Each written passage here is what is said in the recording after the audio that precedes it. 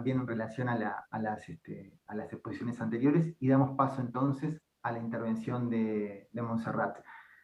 Te voy a permitir también compartir pantalla por si querés compartir también alguna presentación, ya lo puedes hacer. Perfecto, muchas gracias. Creo que por el momento no será necesario, pero también quiero que esto sea muy interactivo.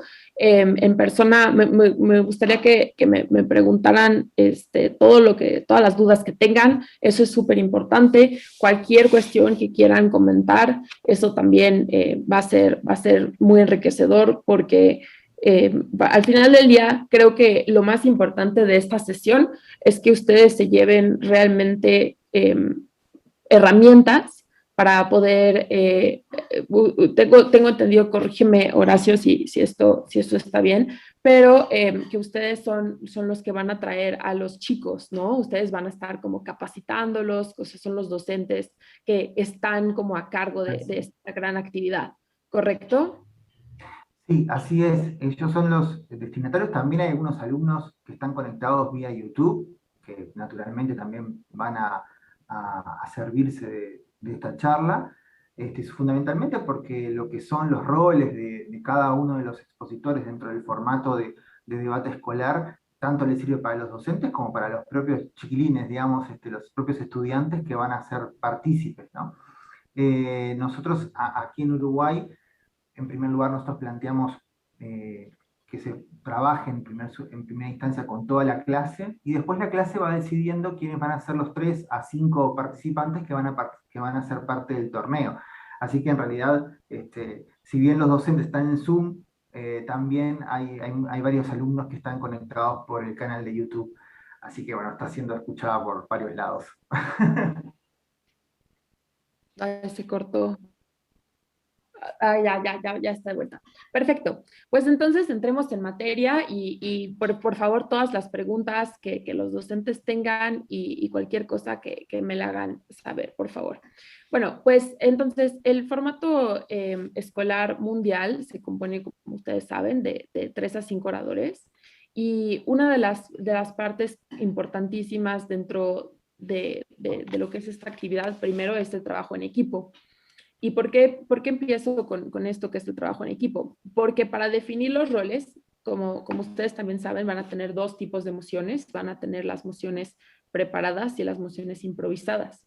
Entonces, el coach va a poder trabajar con los alumnos para poder definir a lo mejor quién va a ser el mejor orador para las emociones preparadas, y eso lo van a poder hacer eh, previamente, pero posteriormente también es muy importante saber quién va a hablar primero y después dentro de las mociones improvisadas, porque el coach no va a poder estar con ustedes, no va a poder estar con los alumnos.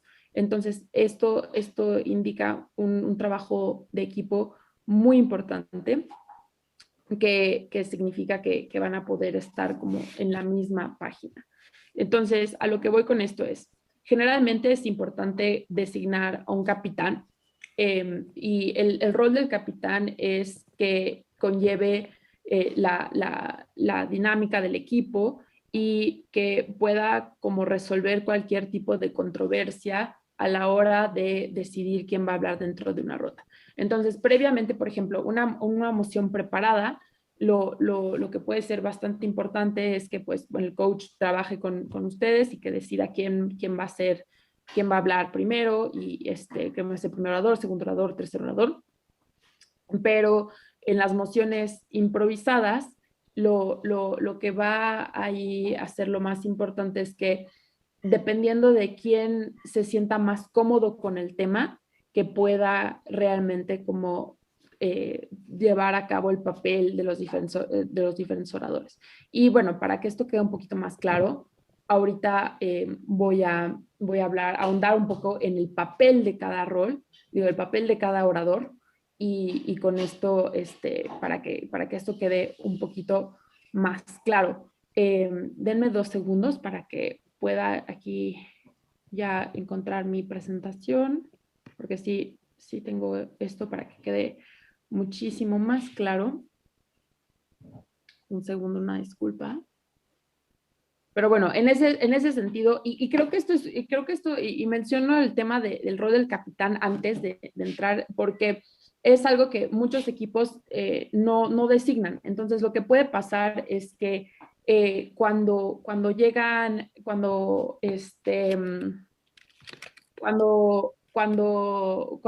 empieza el debate, lo que puede llegar a suceder es que los oradores tengan una disputa de quizá quién habla más veces o realmente no lleguen como a algún acuerdo en especial y eso puede llegar a ser problemático. Entonces, el tema del capitán es como cualquier capitán de algún equipo deportivo, es decir, ok, bueno, tenemos esta moción, digamos, vamos a hablar de una moción de una moción de deportes. Y esta es la moción de deportes y tenemos determinado tiempo tenemos una hora para preparar. Entonces, ¿quién sabe más del tema? Y a partir de eso también, pues, decidir quién va a hablar en los diferentes roles. Bueno, ya dicho eso, voy a hablarles de los diferentes oradores. Bueno, primero, ¿quién puede presentar? Una de las cuestiones importantes es, no, bueno, ya no voy a compartir la presentación porque esto no me está permitiendo, pero no importa, creo que esto O, está muy... o quizás, a ver, yo tengo, lo pude compartir, lo pongo para varios participantes, o si no me lo puedes mandar por WhatsApp, Monse, y yo voy compartiendo la presentación desde mi computadora y la vas pasando, como quieras. Creo que sí va a estar bien. Y si, por favor, de verdad, párenme o escríbanme si algo no lleva claro. Bueno, entonces, ¿quién puede presentar material nuevo? Los primeros dos oradores, como ustedes saben, los discursos se componen de 8 minutos y el primer minuto y el último minuto son tiempo protegido. Es decir, no se pueden hacer puntos de información. Los puntos de información los puede hacer el equipo contrario y básicamente es la forma de hacer como tener un contraataque directo en el caso de la otra parte. Entonces, los primeros dos oradores pueden presentar información nueva. Ahora, el tercer orador solamente puede presentar una argumentación distinta únicamente si lo dice desde el principio. Es decir, si yo soy el primer orador y yo digo, ok, si desde el principio se dicta que el tercer orador va a dar argumentación nueva. Pero ¿por qué es importante que el tercer orador no dé argumentación nueva? Es porque no le da tiempo de réplica a la contraparte. Entonces se considera como mala forma. Entonces, eso es lo que tenemos que tomar en cuenta. Entonces, bueno, solamente si se presenta durante el primer discurso, si se dice, bueno, mi primer orador, normalmente se diría como como primer orador voy a presentar el primer y segundo argumento titulados A y B, y mi segundo orador va a hablar del argumento C y el tercer orador va a hablar de quizá un argumento D. Generalmente, lo más importante es organizar el discurso en tres argumentos principales, ¿sí? No se recomienda más, 2 o 3 argumentos importantes y a partir de ahí se puede vertir el resto del caso.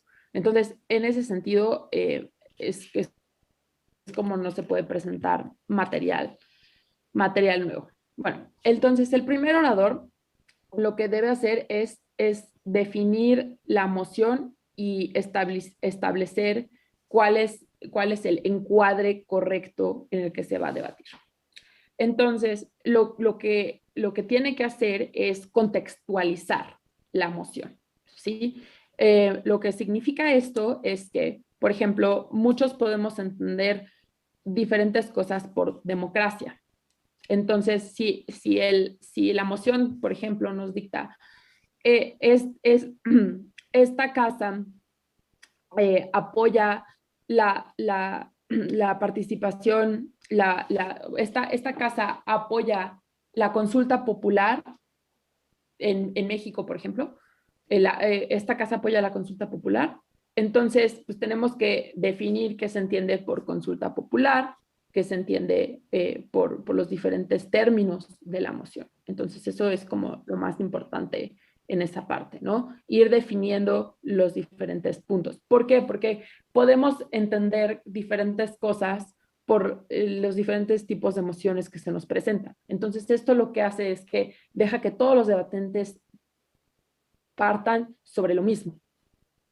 Entonces, empiezan sobre las mismas situaciones y con eso, pues ya se puede empezar a construir muchas, por ejemplo, la definición de terrorismo puede ser diferente en diferentes lugares, la definición de desarrollo, qué significa desarrollo, qué entendemos por un conflicto en particular, muchas emociones pueden ser como de conflictos, entonces es importante como esclarecer eso. Eso no significa que haya que definir cada una de las palabras per se, pero lo que hay que hacer es que realmente los puntos más importantes de cuestiones que puedan ser contenciosas. Ahora, el primer orador, ese es en la parte de la proposición, también lo que debe de hacer es, debe presentar un modelo o mecanismo para avanzar su caso, si es relevante. Un modelo o mecanismo significa cómo va a llevar a cabo la acción, ¿sí? ¿Cuál es el agente que va a llevar a cabo esta acción? Entonces, con este modelo o mecanismo, no todas las mociones lo requieren, pero si la moción lo requiere, entonces es importante como esclarecer cómo es que se va a hacer, ¿no? Cómo es que se va a llevar a cabo lo que la proposición quiere hacer. Y bueno, entonces eso es muy importante hacerlo, es como el encuadre, eso lo llamamos el encuadre del debate. Y luego ya se puede entrar en materia al primer y segundo argumento. Generalmente, el primer y segundo argumento por parte de la proposición. Luego, en parte de la oposición, esto es importantísimo hacerlo en el primer discurso, es si no se está de acuerdo con las definiciones, entonces es importante decir en ese discurso, decir, bueno, no estamos de acuerdo con este encuadre o la forma en que se contextualizó el problema, creo que tenemos que agregar esto, o la definición que ustedes están planteando no es la más adecuada, la definición debe ser esta. Ahora, ¿por qué es importante hacerse, y eso como jueces, y también los jueces lo van a tomar en cuenta, es que lo único que se puede evaluar realmente es lo que se dice, no lo que los debatientes quisieron decir, ¿no? Porque muchas veces en una ronda de debate puede decir, no, es que yo quise decir esto. Bueno, pero es que esto no fue lo que dijiste. Entonces, en este caso, lo que se debe hacer es decir cuáles son si se está de acuerdo con las definiciones. Generalmente, si se está de acuerdo con las definiciones, entonces no hay ningún problema, se sigue adelante. Pero si no, entonces es importante decir, no, nosotros entendemos como países en desarrollo, esto otro no es lo que ustedes están diciendo. Ahora, los debates pueden llevar, o sea, lo que puede pasar es que pueden llegar a ser debates de definiciones, y eso puede llegar a pasar, porque los equipos no se ponen de acuerdo en una definición en común. Lo mejor de hacer es realmente llegar como a un punto en común, porque lo más interesante es la sustancia, no necesariamente como el debate de definiciones, pero eso puede llegar a pasar. Y después lo que va a hacer el orador, el de la oposición, después de que ya establece los argumentos, bueno, perdón, no los argumentos, las definiciones, y si está de acuerdo o no, entonces va a proceder con la refutación. Entonces hace una refutación puntual del caso de la proposición y después ya presenta su material constructivo. Y en su material constructivo va a dar a conocer sus primeros dos argumentos. Entonces, eso es lo que debe hacer el primer orador. Y ya después, y algunos tips para el primer orador, lo más vital que puede hacer, o sea, lo vital que puede hacer el primer orador es realmente plantear el escenario, ¿no? Y algunos tips para los chicos que nos están viendo es utilizar narrativas. ¿Cómo se ve la situación que quieren plantear? ¿Cómo podemos utilizar herramientas retóricas para que la audiencia también capte realmente qué está sucediendo de su lado y cómo es que ustedes van a llevar el debate a su lado, ¿no? ¿Cómo es que van a llevar eso a cabo? Entonces, esas técnicas son muy importantes. Puedo ahondar en eso también un poco más adelante. Cómo podemos hacer eso para hacerlo más persuasivo. Sí, así se requiere. Bueno, el segundo orador lo que debe hacer ya después, regresa a la proposición, siempre es que se empieza con la refutación. Siempre es empezar con la refutación y ya después de empezar con la refutación se expone el tercer argumento. Y tras exponer el tercer argumento, se refuerza los primeros dos argumentos que se dieron a conocer anteriormente. Entonces eso es como lo que debe hacer el segundo orador. Y aquí las fortalezas, digamos, del segundo orador es de poder recopilar la información que ha vertido el primer orador, pero expandiendo muchísimo más el caso. Entonces, generalmente el primer orador debe de conocer el caso a profundidad, o sea, muchísimo. Quizás sea la persona que conozca muchísimo mejor, o sea, conozca más a fondo toda la situación que se está vertiendo. Y entonces el segundo orador lo que debe hacer es recoger, ¿no? Recoger lo que se ha vertido. Entonces lo llamamos mucho como enviarle un salvavidas, ¿no? Esto es como una figura, enviarle un salvavidas al... ¿Por qué? Porque lo que pasa es que a lo mejor el primer orador mencionó como la mayor parte del primer argumento y lo detalló, pero le faltó un poquito más, le faltó como ahondar un poquito más en un tema. Perfecto, el segundo orador debe de poder ver, aquí en esta parte faltó como ahondar en este punto, entonces yo lo que voy a hacer es hacer eso, ahondar, ¿no? Entonces eso es lo que hace el segundo orador.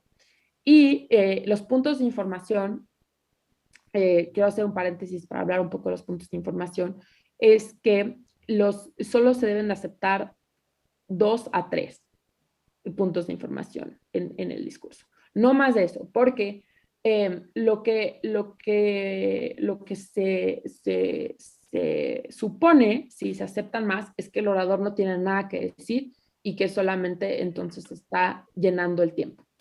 Entonces, los puntos de información hay que limitarlos de 2 a 3 puntos, pero tampoco es bueno no aceptar puntos, porque entonces se supone que entonces el orador no está muy cómodo en su caso. Bueno, y también el tercer,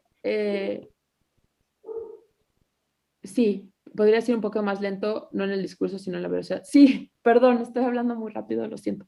Sí, claro que sí. Mirko, con mucho gusto puedo hablar más lento. Y Montserrat, una cosita, por las dudas, para quien no sepa lo que es un punto de información, son las solicitudes que hace el equipo contrario para plantear preguntas u objeciones. Digo, por las dudas, quizás hay varios familiarizados, pero por las dudas, si hay alguien que no conozca el término, lo aclaramos. Claro, y con los puntos de información que pueden ser a modo de pregunta o a modo de también forma de plantear una contradicción en el caso o avanzar determinado punto de la contraparte. Entonces, eso es lo que se puede hacer. Los puntos de información no deben de exceder 15 segundos y también esto es muy importante, es buena forma dejar que el orador hable por 15 segundos. Ya después de eso, entonces, si yo tomo un punto de información y el orador ya se pasó de 15 segundos, puedo decir, ok, entiendo tu idea y entonces contestar el punto. pero no es buena forma no dejar que termine la idea y decir, no, ya entendí tu punto, ya, ¿ok? Pero sí es importante como tener esa etiqueta en mente y también que los oradores no tengan miedo de decir, no entendí tu punto, por favor lo puedes repetir. Eso también se vale 100%. ¿Hasta en qué momento del discurso debo aceptar un punto de información? Ok, puedes aceptar un punto de información, puedes a partir del minuto 1 y hasta el minuto 7. Entonces, eso es el tiempo en el que puedes aceptar puntos de información. Y también lo que hay que considerar cuando se aceptan estos puntos de información es que acaben la idea. No necesariamente salten a contestar el punto porque lo hicieron, sino pueden decir, ahora no, no gracias, es la forma de rechazar un punto, o decir, déjame terminar esta idea y en cuanto termine esta idea ya voy a tomar tu punto. Entonces ya en ese momento se pueden tomar los puntos. Ahora, el tercer orador lo que debe hacer es explorar y analizar los choques principales del debate. ¿Qué significa esto? El tercer orador tiene que estar muy atento de todos los oradores tienen que estar atentos en todo momento. Es importante que no nada más hablen y después se desenganchen del debate. Deben de seguir participando durante todo el debate. Pero lo que deben hacer es ver cuáles son los argumentos principales que se vertieron y cuáles son los puntos contenciosos de los que se habló durante el debate. Entonces, eso se llama como cristalizar el debate también, ¿no? Entonces, lo que se hace y se puede responder a modo de puntos de choque, decir, estos son los 3 puntos de choque que identificamos, o se puede hacer a través de preguntas. Si nosotros respondemos estas 3 preguntas, o quien pueda responder estas 3 preguntas, ganará este debate. Por ejemplo, si la moción fuese, esta casa considera que la población mundial debería ser vegana, entonces nosotros podemos decir, bueno, quien pueda responder quién apoya al medio ambiente más, quien realmente proporciona una mayor calidad nutricional. Entonces, ese tipo de preguntas las pueden ir haciendo. Y un tip es ir escribiendo todos los puntos y tener, dependiendo cómo tomen apuntes, ahorita con el tema de Zoom se pueden tomar, ahora se van a poder tomar apuntes con la computadora, ¿no? Estás en mute. Sí, durante el debate no establecimos ninguna restricción al respecto. Ok, entonces aquí es como se acomoden mejor, ¿no? Yo prefiero el papel, pero ustedes van a poder utilizar la computadora si así lo desean. Y entonces en una hoja aparte plantear cuáles son los 3 puntos principales.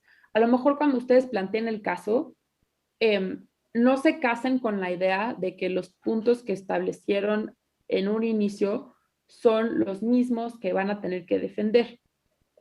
O sea, lo que me refiero con esto es, si cambia un poco el caso a la hora del debate, y esto es como lo que lo hace muy rico, es que a lo mejor el punto que ustedes creían que era el más importante resultó que no era el más importante. A lo mejor era otro y aquí es la capacidad de como reinventarse. Y eso es de las cosas fundamentales en esto que ustedes van a tener que hacer. Por ejemplo, en un debate acerca, digamos que la moción fuese, si ustedes ahorita están familiarizados con la nueva restricción, bueno, la nueva medida que está poniendo Apple en sus dispositivos de encripción, que haz de cuenta que lo que va a hacer es que va a poder ver todo el contenido y identificar si el contenido es ilegal. Entonces, eso va en contra de la libertad de expresión, por ejemplo, bueno, sí, contra la privacidad, no necesariamente la libertad de expresión, pero contra la privacidad. Entonces, si la privacidad es el argumento fundamental que ustedes están, de los que están hablando, entonces pueden decir, bueno, ¿quién puede salvaguardar la privacidad del usuario de una mejor manera? Entonces, esa es como una pregunta. Bueno, entonces, y ya se ahonda en esa pregunta. Entonces, eso es lo que hace el tercer orador, es ahondar en eso y sobre todo establecer los puntos de choque centrales. No sé si haya alguna pregunta hasta el momento de eso. No, ok. Y ¿Tenías alguna pregunta al respecto? Hasta quizás que se dé silencio porque están todos silenciados. sí, Néstor, veo tu mano. Hola, ¿qué tal? ¿Cómo estás, Monserrat? Hola, qué ¿Qué gusto. tal? Mira, yo estoy tomando notas, yo sé que esto después se puede ver una y otra vez, pero estoy haciendo un esquemita. Para resumir, el primer orador eh, contextualiza el tema del debate y presenta los dos primeros argumentos, luego Correcto. el correcto. Segundo orador, entonces, a ver cómo era que... eh, como que completa o complementa los puntos débiles que dejó el primero, pero no Sí, presenta nuevos argumentos. no, el segundo orador sí debe de presentar el tercer argumento. El tercer argumento. Ah, ok, eso me lo había salteado. Y el, Además de complementar, ah, son esas dos funciones las que tiene y seguir avanzando el caso. ok. Y el tercero no presentaría nuevos argumentos, lo que sí haría una síntesis resaltando esto que tú definiste como puntos de choque. Correcto. Pero seguir avanzando el caso. Es decir, no se presenta una argumentación fundamentalmente nueva o un punto nuevo, sino lo que debe de hacer es vertir, no hacer o sea, tampoco hay que hacer un resumen punto por punto. Es decir, no hay que hablar de absolutamente todo lo que se habló eh, en el debate previamente, porque eso sería bastante tedioso. Lo que es importante es, lo que hace el tercer orador es que sabe recolectar los puntos débiles para fortalecerlos y los puntos fuertes para poder hacerlos aún más fuertes. Sí, sí, eso hace sentido. Perfecto, muchas gracias. No, ningún problema. ¿Hay alguna otra pregunta al respecto hasta ahora? Por ahora está muy claro. Ah, ok, perfecto. Que bueno, me da gusto que entonces todo bueno, ahora vamos a hablar de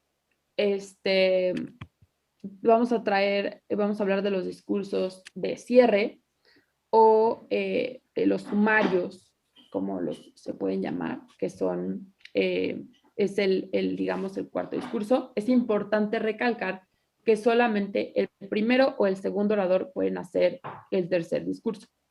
No puede ser el tercer orador el que haga ese discurso. Entonces, este discurso dura 4 minutos y no hay puntos de información en este discurso. Ahora, lo que debe de hacer este orador es, y bueno, no se puede traer argumentos o ejemplos nuevos. Aquí lo importante es, o sea, sí se puede responder, pero lo que se debe hacer es realmente decir por qué se ganó el debate.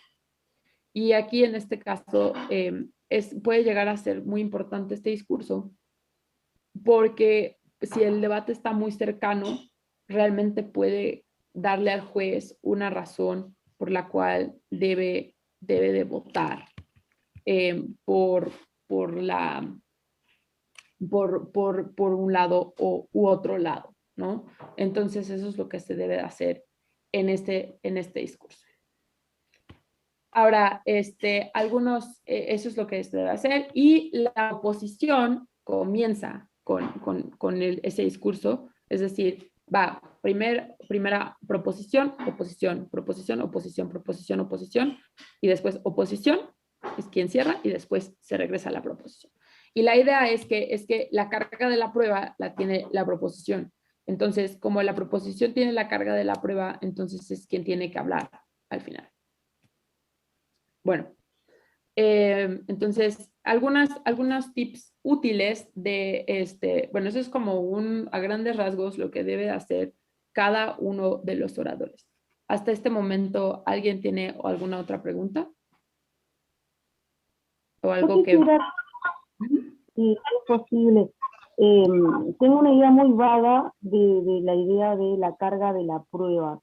¿Me podés explicar esa noción?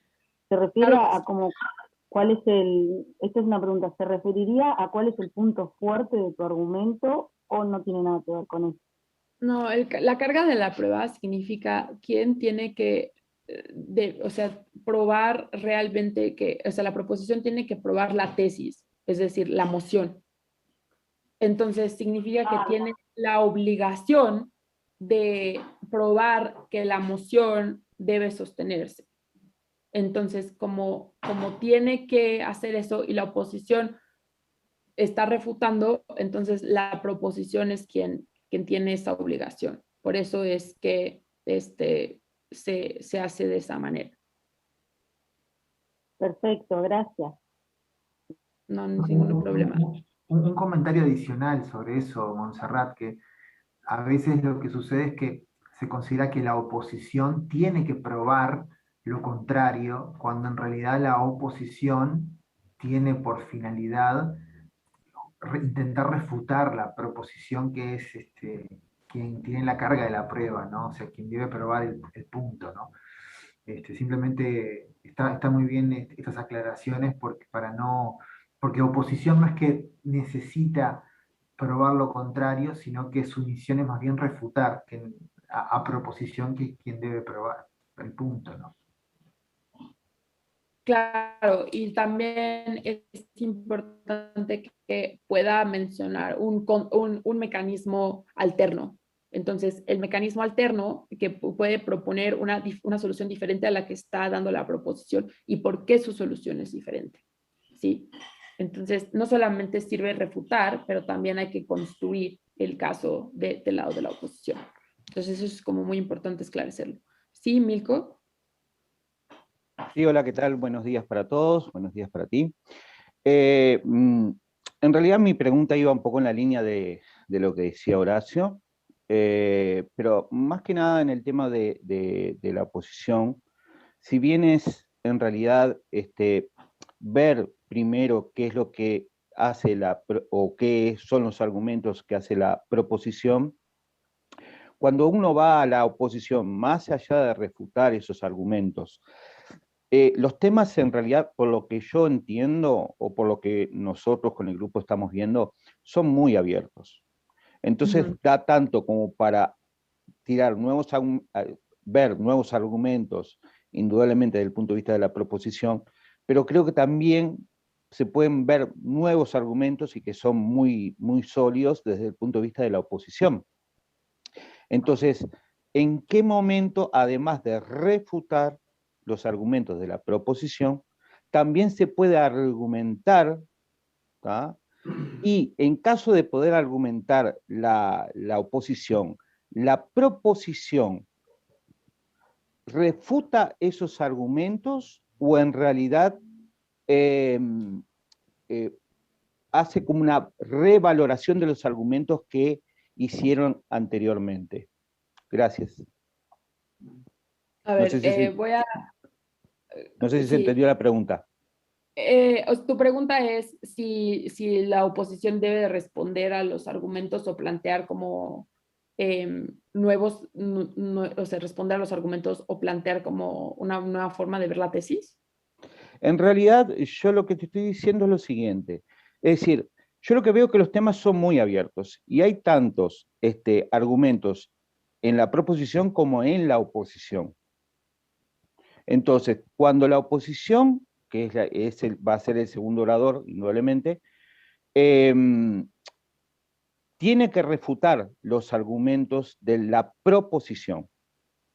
Además, tira los argumentos de la propia oposición. Sí, exactamente. Lo que debe hacer es refutar y al mismo tiempo, bueno, después de refutar, es construir su propio caso. Es decir, que la Entonces, oposición también tiene que ir construyendo los casos. Es decir, correcto. construir el caso e ir aportando información que enriquezca en realidad justamente el debate. Exacto, no solo se trata de refutar, sino que no es suficiente con refutar, sino como también dictar cuáles son cuáles son los argumentos por los cuales la tesis no debe sostenerse. Entonces, se debe ahondar en eso, no es suficiente con simplemente decir, bueno, es que no se debe hacer esto, no estamos de acuerdo, sino hay que decirlo por qué. Es más, ahorita que estoy viendo las mociones que ustedes tenían en la convocatoria, nada más para poder un poco ahondar en esto, para que esto pueda ser un poco más útil. Por ejemplo, esta casa considera que adoptar festividades extranjeras debilita nuestra identidad cultural, ¿no? Esa es la moción, esa es la primera ronda general que ustedes tienen. Entonces, en este caso, lo primero que se tiene que hacer es, ¿qué significan, qué son las festividades extranjeras? ¿Qué entendemos como festividades extranjeras? ¿No? Y luego, ¿qué entendemos? Aquí son las palabras clave. ¿Qué entendemos por debilitar la identidad cultural? O sea, que esos son los dos como puntos importantes. Entonces, esta moción no requiere un mecanismo, porque se trata realmente de hablar de un principio, o sea, si debilita o no.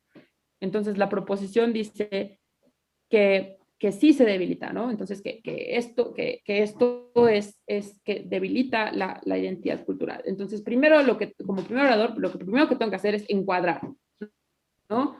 Y para encuadrar es empezar con una cita textual interesante, empezar como hablando del país, hablando de pintar una historia, como mucho de storytelling, para hacer el caso más persuasivo.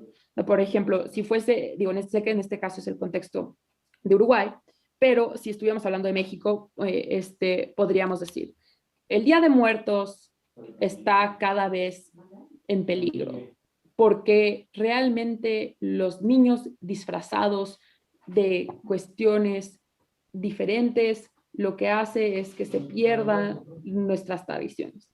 Entonces, a lo mejor obviamente, como ponerle un poco más de énfasis en lo que es el Día de Muertos, quizá porque el Día de Muertos en México es como muy importante, y cómo es, así podrías empezar. Y luego, a partir de ahí diría, bueno, el día de hoy voy a hablar de 3 argumentos importantes, es lo que debe de hacer partir el discurso, el orador. Yo voy a hablar del primer argumento, que habla acerca de cómo dejamos de practicar las costumbres que nos identifican, y el segundo, y le pueden poner nombres interesantes, es una práctica que pues resulta padre. Puede ser, mi primer argumento se titula bailando, bailando con el Día de Muertos, quizá, y bueno, entonces en eso va a hablar de cómo el Día de Muertos a lo mejor se pierde.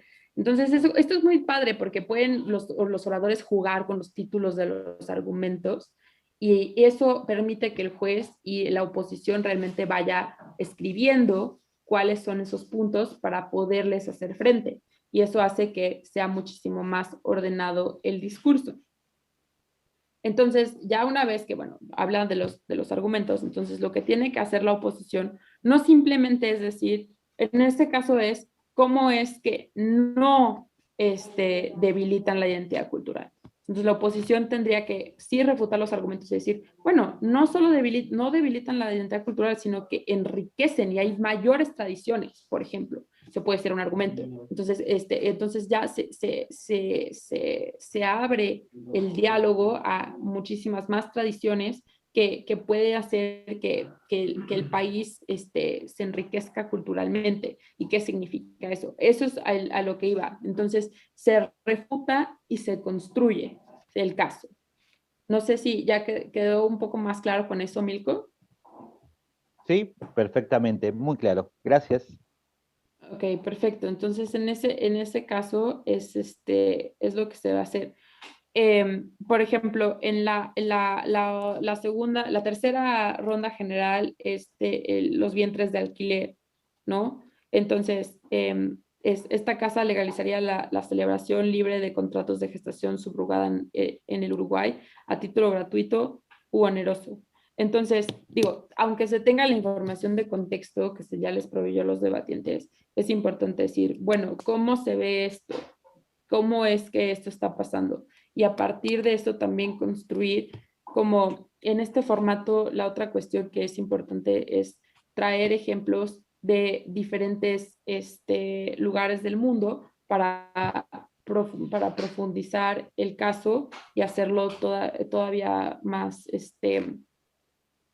más relevante, porque pueden hablar como de lugares donde sí se puede hacer esto y por qué en esos lugares, como por principio legal, sí se permitió tener esto. Entonces, ¿y cómo es que eso sería beneficioso, por ejemplo, para toda la población de Uruguay o para una población en particular? Entonces, esto sería como la forma de hacer eso. Entonces, unos tips que pueden hacer los debatientes al recibir la moción, bueno, con sus coaches, ustedes también con sus debatientes, van a poder armar casos. Lo que yo recomiendo es también que se vayan preparando, vayan leyendo. Pueden, ahora que existen los documentos compartidos, es en un documento compartido, poner artículos y los artículos que saquen de internet en un color poner los argumentos a favor y en otro color poner los argumentos en contra, es decir, como subrayarlos. Y se puede hacer así y hacer como una pequeña síntesis para agregar al caso. Y entonces ya en el caso va a ser un documento en el que trabaje todo el equipo y ahí se van a ir, se pueden ir profundizando los puntos de los que se van a tratar. Entonces, practiquen. Yo lo que recomiendo es que hagan los debates y vean dónde están los puntos fuertes en cada caso, en la proposición y la oposición, porque no saben qué lado les va a tocar. Entonces, al tener esos casos, entonces ustedes van a poder identificar cuáles son los argumentos clave dentro del debate y esto también pues es práctica, ¿no? Eso es como lo más importante en las mociones preparadas. Y en las improvisadas, cuando reciban la moción, lo primero es preguntar, bueno, ¿cuál es el enfoque que se está pidiendo a la moción? ¿Y qué pensaría una persona, como se llama el votante informado promedio en esta moción? Entonces, básicamente, lo importante es no definir el debate de una manera de que el otro lado que no sea justo para el otro lado debatir. Entonces, ¿qué significa esto? Significa que si yo estoy en la proposición y básicamente y la moción es, esta casa aprobaría la venta de órganos y yo defino como proposición que la venta de órganos es hacer un órgano, o sea, es hacer un órgano nuevo, o sea, con tejido de animal, por ejemplo, o de alguna otra manera que se pueda crear un órgano. Entonces, realmente ya no va con el espíritu de la moción, porque el espíritu de la moción claramente lo que pide es que se hable de venta de órganos humanos como existen hoy en día. Hoy en día la venta de órganos está prohibida, solamente se permite la donación. Entonces, ¿cuáles serían como cuál sería esa forma? Entonces, lo que tiene que hacer la oposición en ese caso de que se arrojara una definición de ese estilo, es decir, no estamos hablando de eso, no estamos hablando de hacer órganos, sino que estamos hablando de los órganos humanos que actualmente existen y entonces debemos de debatir en ese contexto. Entonces, tiene que ser razonable para el debate, ¿no? Porque si no, entonces no se puede tener un debate. Entonces, básicamente, ahora, las otras cosas... Monse, Sí. perdón que te interrumpa. Hay No, una adelante. pregunta en YouTube, en los que me están siguiendo por YouTube, entonces te la traslado también Sí, por favor. para recoger las inquietudes. Eh, Consulta El Hombre del 33, es el nombre que se puso. ¿Qué tal sobre la presentación de recursos de apoyo? Nos preguntan, ¿hasta qué punto se pueden utilizar? Imagino que viene por ahí la pregunta, otros recursos de apoyo más allá de la palabra en sí misma. No se pueden utilizar otros recursos de apoyo. Está prohibido utilizar cualquier cosa que no sea la palabra. Se pueden usar carteles, no se pueden utilizar otras herramientas que no sean la palabra. Entonces, en este caso... Esquemas, por ejemplo, para ir siguiendo No, tampoco. no se pueden usar esquemas, no se pueden utilizar nada de eso. O sea, lo más importante es dar a conocer los argumentos de forma verbal. O sea, si yo quisiera como ponerme a explicar en la venta de órganos, cómo funciona la venta de órganos, o si yo quisiera ponerme a explicar cómo funciona la inscripción en una moción que trate de privacidad en aparatos tecnológicos, no podría yo sacar un diagrama para poder explicar mi punto. O sea, aquí es explicar el punto de forma verbal. Y por eso el primer orador tiene esa carga de realmente pues dar a entender de qué se está hablando, pero no solo en materia de definiciones, sino que también en materia del,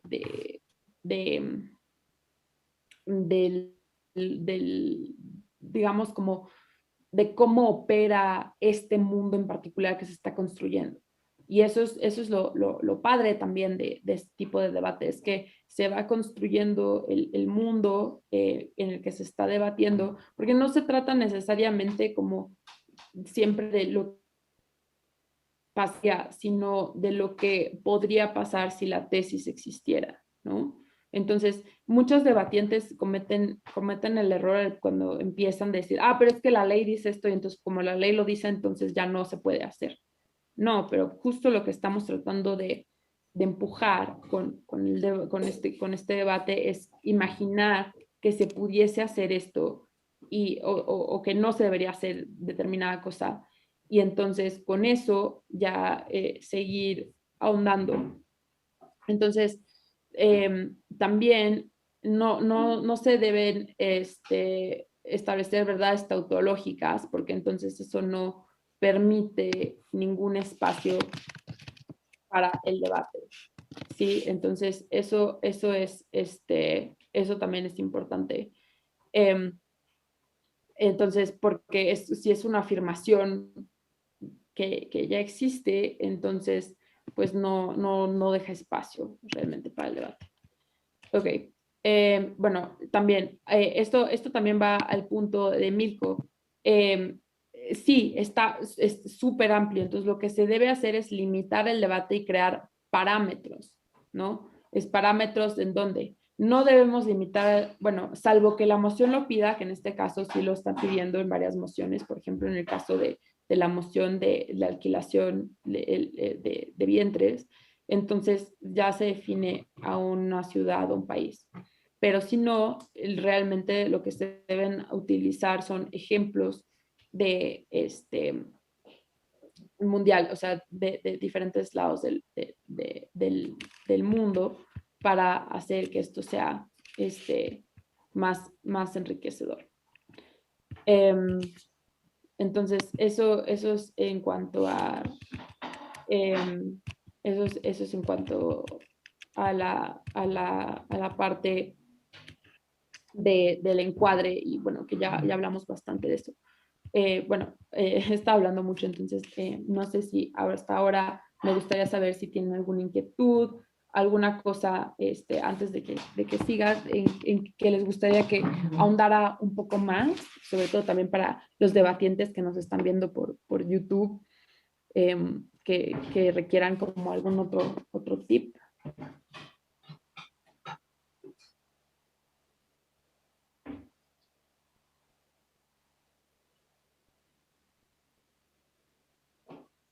¿No? No hay ninguna pregunta. Una pregunta. Sí. Se me cortó en un momento, pues, quiero notificar el que se está asustado. ¿Puede pasar que, Perdón. No, casi no te escucho. ahora estoy Sí, ya. por eso.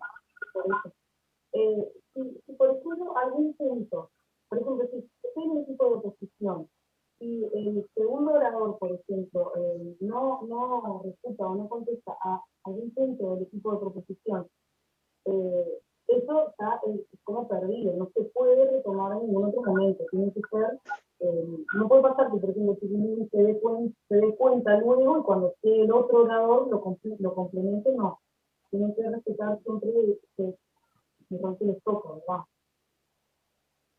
Digo, por ejemplo, si o sea, la pregunta es, a ver, es que casi se escucha un poco cortado, pero la pregunta es, si un orador no contesta un punto, lo puede contestar, si lo puede contestar después o lo debe contestar en ese punto en específico o debe refutar o sea, todos los puntos a fuerza. Sí, o sea, sabemos que el orador no va a tener, por ejemplo, el segundo orador no va a volver a tener la oportunidad de hablar nuevamente, pero luego el tercer orador puede complementar lo que faltó del segundo orador o no. Sí lo puede hacer. Sí, justo era lo que ¿se acuerdan de la analogía que yo estaba diciendo del salvavidas? Entonces, es justo esto. Si el primer orador se le olvidó parte de, o no realmente ahondó en un punto, el segundo orador, por supuesto que puede decir, bueno, y complementando lo que dijo mi primer orador, me gustaría añadir este ejemplo o esta situación. 100% se puede hacer eso.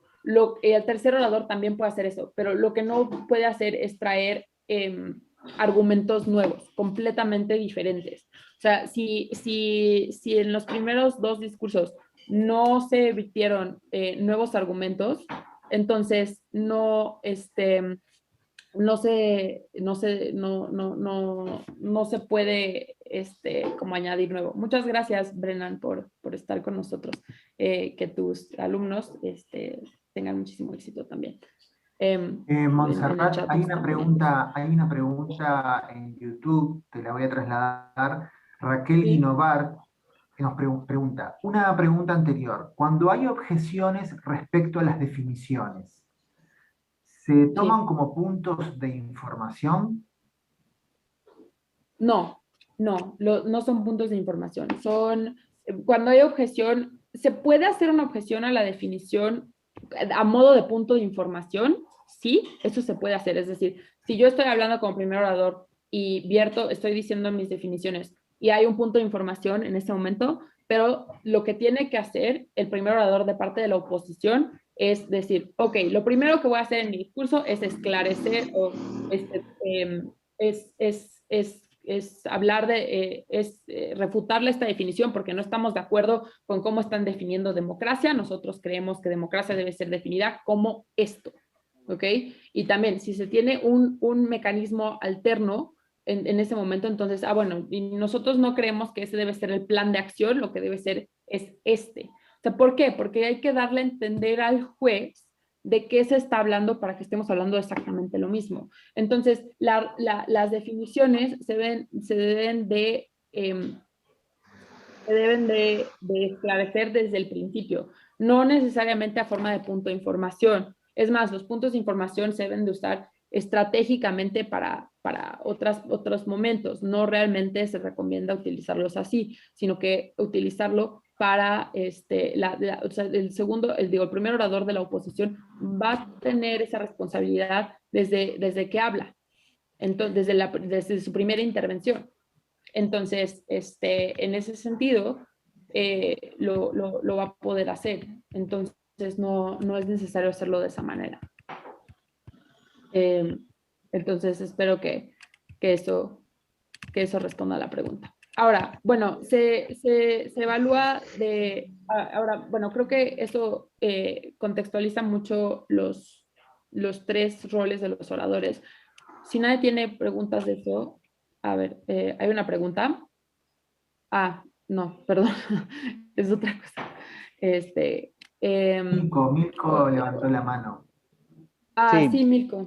te quería decir, más allá de que indudablemente todos estamos hablando el mismo idioma, en el sentido de que todo el debate, la idea es justamente que sea tanto la proposición como la oposición, generar argumentos que enriquezcan la conversación. Mi pregunta va en el hecho de que, ¿qué sucedería en el caso de que la proposición y la oposición no concluyan en un argumento, es decir, que los argumentos sean totalmente opuestos y que nunca se llegue como a acomodar el discurso para que en realidad no haya un choque? ¿Me entendés lo que Sí. te digo? Sí, claro, muy buen punto. Eso puede pasar mucho, donde digamos que estén como vías del tren, ¿no? En lugar de que realmente haya un choque, sino que cada quien está hablando de su lado y no hay realmente como un enfrentamiento. Sí, eso puede pasar y eso lo que se recomienda siempre es que los debatientes no deben de hablar de lo que ellos quieren hablar, sino que realmente tienen que ver en qué parte pueden hacer como un choque con el otro equipo, donde esos puntos se encuentran. Entonces, en el caso de que suceda eso, esos debates son muy difíciles de evaluar, pero sí sucede, y es realmente ver quién cumplió con las mejores métricas que estableció desde el inicio. Y luego, si quieren, no sé, podemos hacer, si Horacio lo permite, o sea, un taller de jueces, yo feliz también de apoyar con eso, si eso les es útil después. Nosotros encantados, Monse, así que tomamos tu sugerencia con mucho gusto, tu ofrecimiento, te agradecemos.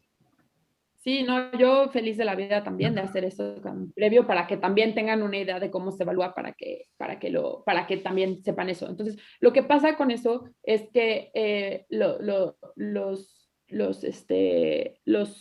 debatientes, digo, el juez lo que debe hacer es pues ver realmente quién cumplió con sus métricas. Pero lo más importante en este sentido es que realmente siempre se tengan puntos, o sea, donde se encuentren. Pero si eso no llega a suceder, si se sigue hablando como cada quien de su tema, entonces el juez como que decidirá con base en los tres puntos: contenido, estrategia, y estilo. Y estilo. Contenido, estrategia y estilo. Entonces son esos 3 puntos. No sé si eso respondió a tu pregunta. Sí, sí, sí, perfectamente. Muchas gracias. Ok. Entonces, en cuanto a mejores prácticas de estilo, en Zoom es difícil, pero sí se nota cuando los debatientes están leyendo. Entonces, no lean sus pantallas exactamente como tengan como tengan el discurso, sino que es bueno como tratar de desenvolverse como de una forma un poco más fluida. También se trata de modular la voz, hacer pausas, y en ese sentido es no hablar tan rápido por tratar de cubrir todo el contenido, pero también ser claro en lo que se está diciendo, ¿no? En cuanto al contenido, lo importante del contenido es que un argumento débil todavía puede ganar un debate. Es decir, el juez no va a tomar en consideración El juez no va a tomar en consideración lo que no se dice, sino, o sea, y esto suena muy obvio, pero los debatientes muchas veces dicen, es que yo quise decir esto. Sí, pero eso no fue lo que dijiste fue esto otro. Entonces, un argumento que a lo mejor no se explica del todo bien, pero está ahí, y la oposición o sea, el lado contrario no lo refuta, todavía puede ganar un debate, ¿sí? Entonces es importante hacer la refutación de todos los argumentos. Ahora, el análisis que se hace de por qué debe suceder algo, esto es importante también. El análisis lógico siempre es preguntarse, ¿por qué pasa esto? ¿Y por qué pasa esto? ¿Y por qué? O sea, siempre estarse preguntando el por qué, por qué, por qué, por qué. Y con eso, todas las preguntas del por qué, entonces es que ya se llega como a explicar realmente cómo es que algo sucede, ¿no? Porque realmente no solamente se debe suponer que algo ya es cierto o es verídico porque es como el status quo, sino que realmente se tiene que hacer un análisis puntual de por qué algo es de una manera, ¿no? Si no se dice explícitamente, entonces no se puede asumir como verídico. Entonces, en este caso, sí. No, te iba a trasladar una pregunta, pero terminé la idea. Digo. No, nada más, pues ya, la idea era básicamente que no se puede completar, el juez no va a completar el análisis por el orador, sino que el orador tiene que realmente vertir como el por qué sucede algo. Ese es como el punto básico. Pero sí, ¿cuál es la pregunta? La pregunta es en relación sobre el tema de las definiciones y el asunto de los jueces. Concretamente, espérate un momentito que voy a leer aquí, Raquel Guinovar nos señalaba que, bueno, que cuando se habla de las definiciones en el debate, un poco lo que vos decías al inicio, cuando se discute sobre las definiciones, se pierden los 8 minutos. Por supuesto que la parte de las definiciones, o sea, las definiciones también se argumentan, pero mi pregunta, para completar un poco la respuesta que nosotros dábamos aquí por YouTube, desde el punto de vista de los jueces, ¿qué sucede cuando en realidad se discute sobre los argumentos, perdón, sobre las definiciones? ¿Cómo se valora eso desde el punto de vista de los jueces? Sí, eso es una muy buena pregunta. Cuando pasan los debates sobre definiciones, de todas formas se sigue tomando en cuenta, se sigue tomando en cuenta el tema de estilo, contenido y estrategia. Y en este caso, lo que van a hacer si se pasan los 8 minutos, bueno, todo el tiempo como hablando de definiciones, es quién realmente pudo sostener y pudo, con una lógica rigurosa, mantener como lo que estaba tratando de decir. Entonces, esa es como la forma en la que se evalúa eso. Pero aquí lo más importante es realmente tratar, o sea, hacer énfasis de que se trate de no tener debates de definiciones, sino como acordar el common ground, ¿sí? El terreno común para poder hablar de los puntos. Pero es muy fácil entrar en un tema de definiciones porque, sobre todo en los casos preparados, si los equipos ya tienen una visión de cómo quieren ver el caso, entonces aquí es tratar de como tratar de moldearse y tratar de reinventarse para un punto, para un momento diferente.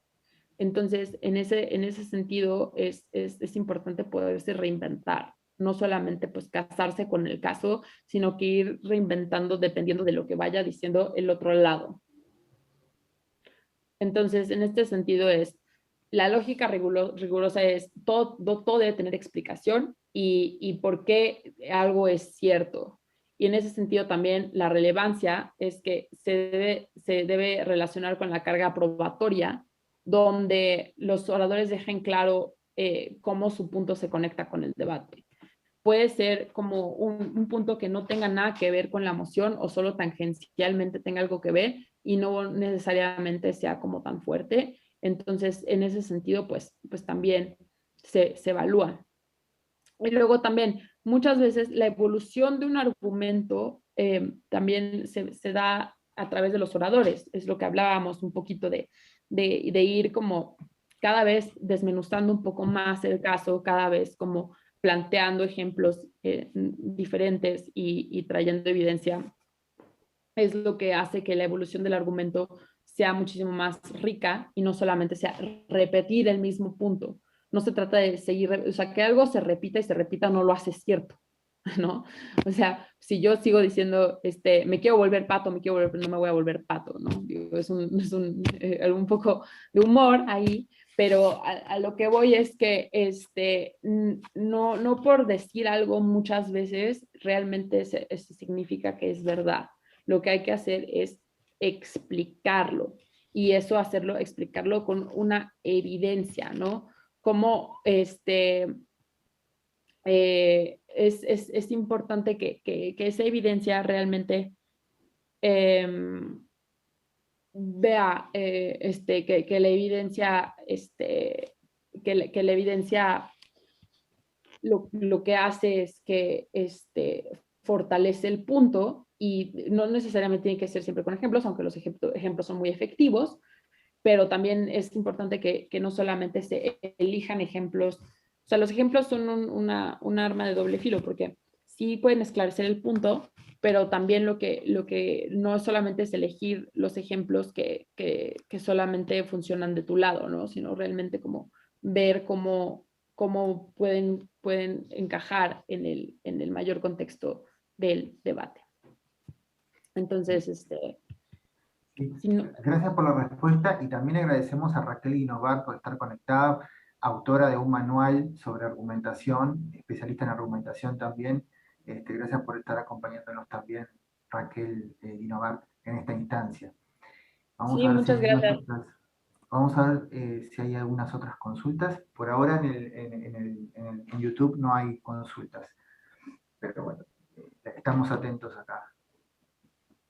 Sí, creo que, bueno, sí, nos quedan, creo que como 15 minutos, entonces sí me gustaría abrir ahorita el foro para cualquier otra, por favor, sé que puede ser bastante intimidante luego, pero ahorita es importante que cualquier duda que tengan la hagan saber, incluso de los temas que tienen, o sea, yo tengo la convocatoria aquí, si tienen alguna inquietud acerca de eso o como estrategias de cómo preparar, alguna cuestión así. Y después más adelante también, o sea, podemos hacer, digo, sí, podemos hacer algún taller de jueces y también podemos hacer alguna otra participación o alguna otra cosa que sea más como, que también sea interactivo con ejemplos de cómo construir casos específicos, si algo así les gustaría.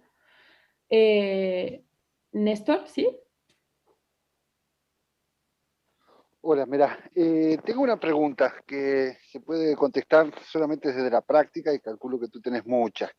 ¿Cuándo sabemos cuándo debemos detenernos al momento de investigar y generar argumentos?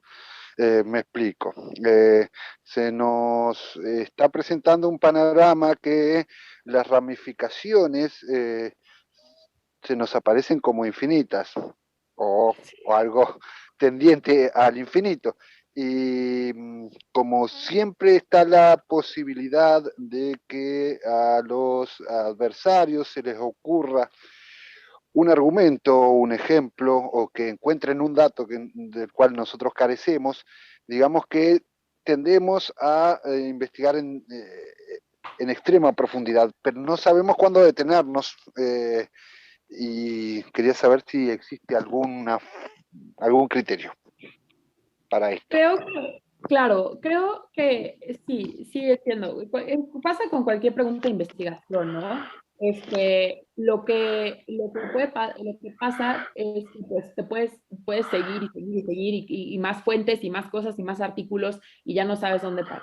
Pero creo que aquí lo más importante es que los tres argumentos principales que se encuadren en el caso pueden ser nutridos por ejemplos. O sea, porque lo que pasa es que los tres argumentos principales a los que se dedican, o sea, bueno, el caso se utilizan en el caso básicamente van a ser los que tienen que ver con principios fundamentales o donde están los derechos encontrados, ¿no? O sea, por ejemplo, si estamos hablando de una moción acerca de esta casa prohibiría las manifestaciones, bueno, ¿por qué? O sea, ¿cuáles son los dos derechos fundamentales que están en juego? Está en juego como la libertad de expresión, pero también la libertad de tránsito.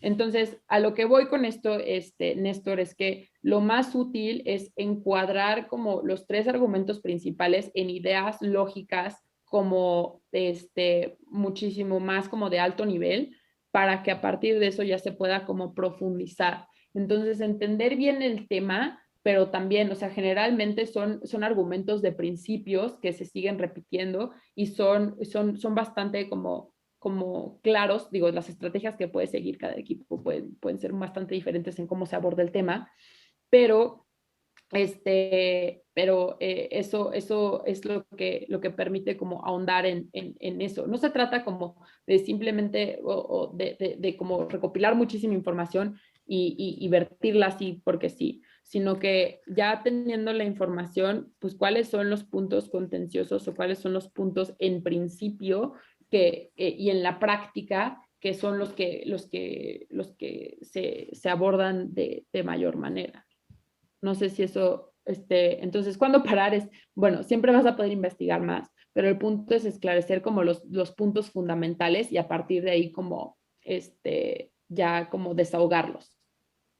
Claro, pero más allá de la información están las posibles respuestas o argumentos que genere el equipo contrario, y es a eso a lo que pretendemos adelantarnos o predecir cuáles serían las Claro, posibles líneas de acción. pero, bueno, en este sentido, cuando son mociones preparadas, como tienes que preparar los dos casos, puedes decir qué te van a decir. O sea, ya puedes como prevenir los argumentos que va a traer la oposición o sea, el equipo contrario. Entonces, dependiendo de los argumentos que vaya a vertir el equipo contrario, te puedes prevenir a eso. Oye, nos podrían decir que esto puede pasar, pero nosotros contestamos de todas formas que en nuestro lado es mejor porque por argumento A o B, ¿no? Y eso Una también cosa, lleva a la... Monse, perdón que te interrumpa para que estés en contexto. Algunas de las mociones, los equipos saben qué lado le va a tocar. Por ejemplo, Ah, ya saben. Ah, ok. por ejemplo, en la de las fiestas y en la del vientre subrogado, saben el lado que les toca. Pero a las otras, en las mociones que son eliminatorias, porque hay una sobre el límite del conocimiento, hay otra sobre pandemia y vacunación, esas no saben qué lado le va a tocar. O sea que hay de todo, hay impromptu, hay preparadas, y dentro de las preparadas, algunas en las que saben qué lado le va a tocar y otras en las que no. Te lo digo para ponerte en contexto del. No, estás muy bien. Ok, entonces mira, lo que pasa con eso, entonces ya sabes el caso, lo que pues puedes hacer es adelantarte a qué argumentos puede traer el otro lado y eso es lo que se debería hacer también para también tener como puntos de información incluso ya pensados o sea, ya teniéndolos en el documento que se pueden hacer al contrario, o sea, adelantándose y con eso pues básicamente ya se pueden como mitigar como los argumentos principales que se sabe más o menos que se van a vertir. No sé si eso contesta tu pregunta. Sí, muchísimas gracias. Y luego, esto, nuevo encuentro sería interesante porque a medida que se transite el proceso seguirán nuevas dudas. Sí, yo encantada, a mí me encanta esto y yo feliz que pues de hacer algo ya también como con dudas también un poco puntuales, como hacer otro tipo de cosas también. Sí, Milko. Una nueva pregunta, y creo que va a ser la última. No, la que tengas, no importa. No, mi pregunta venía por lo siguiente. Tú hablaste de las argumentaciones, las refutaciones, es decir, hablaste de todo lo que es argumentativo y qué es lo que tendría que decir cada uno de los oradores. Yo te he observado, indudablemente, mientras que tú hablas, en algún momento miras la pantalla, en otro momento miras la cámara, ¿no? Para un poco ver, de todo un poco, ¿no? Es decir, ver exactamente lo que querés decir y al mismo tiempo, ¿no? Hablar. Pero me queda el movimiento de las manos, todo lo demás. Y mi pregunta viene más que nada a la presentación formal que hay que tener en cuanto a un debate, de acuerdo a tu experiencia. Es decir, cómo la persona se tiene que ver de acuerdo a tu experiencia, específicamente. O sea, físicamente. Sí. Ok, eso no se evalúa, o sea, eso es importantísimo, eso no se evalúa. Digo, se recomienda que los debatientes vengan de o sea, que se vistan de manera formal, pero no quita puntos la vestimenta o nada que tenga que ver con la presentación. O sea, no es como en otros formatos que sí se evalúa eso. En este caso, eso no se toma en consideración para nada.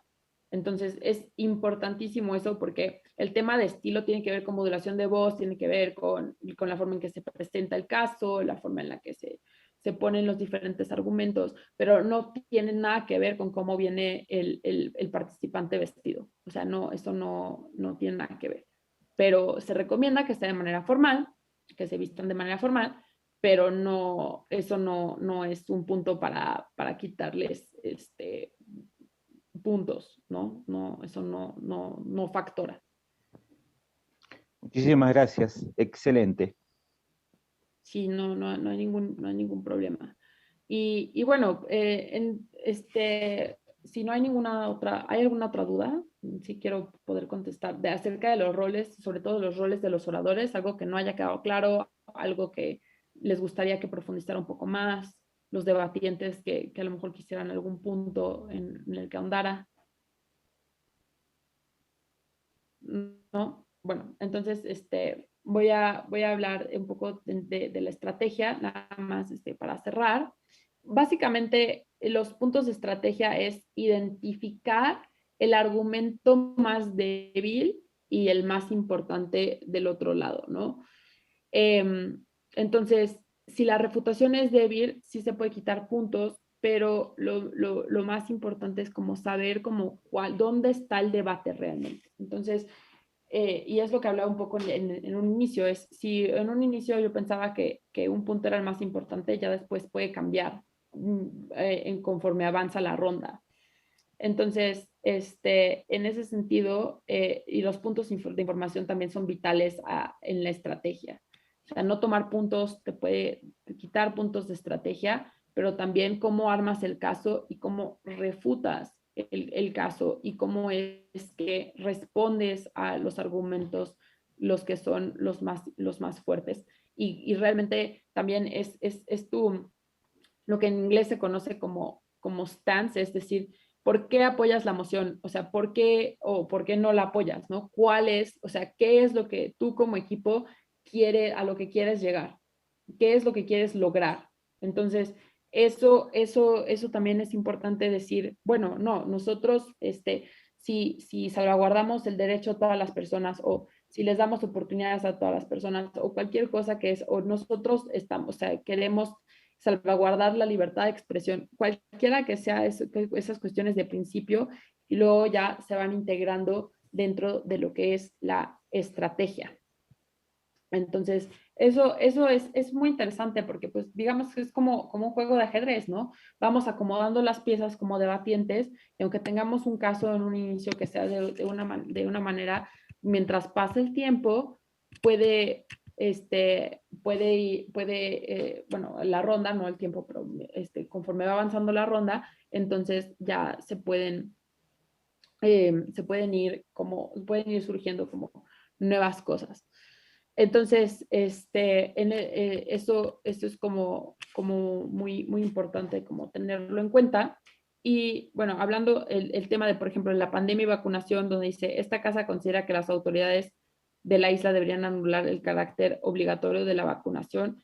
Ok, entonces aquí ya tenemos un contexto, ¿no? Tenemos un contexto pero hay que entonces investigar realmente qué está pasando en diferentes lugares en cuanto, como ejemplos de cómo es que funciona la vacunación.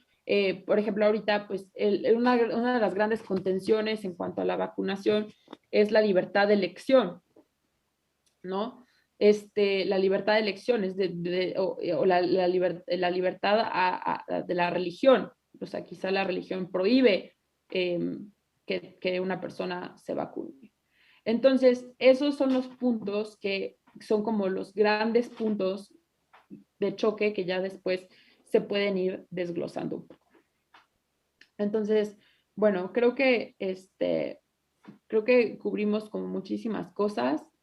Horacio, no sé si quieras utilizar como los últimos minutos para alguna duda o algo así que se requiera. O, Quizás, yo creo que estuvo muy nutritiva tu intervención, sobre todo porque explicaste el formato y también fuiste a cosas muy prácticas que, como ya ves, han surgido muchas preguntas que tienen que ver ya con la dinámica del estar haciendo digamos, el debate, preparando el debate en sí mismo. Eh, si no hay ninguna pregunta más, yo por aquí no veo ninguna y tampoco, a ver, en el YouTube tampoco. Creo que por el momento podemos darnos por satisfechos. Van a seguir surgiendo preguntas, por supuesto. Todo este proceso va a estar lleno de aprendizajes, pero sin duda alguna tu participación nos nutre, como te decía, desde el punto de vista práctico del quehacer y ya del preparar. Ya estamos en la etapa de ir preparando los debates, así que te agradecemos muchísimo, Monse, por tu participación y bueno, y tomamos tu ofrecimiento para el taller de jueces, sin duda que va a ser también muy enriquecedor. Así que te agradecemos también por eso. sí, no, yo feliz y cualquier cosa que pueda seguir. Espero esto les haya sido útil. Espero que se hayan resuelto como varias dudas.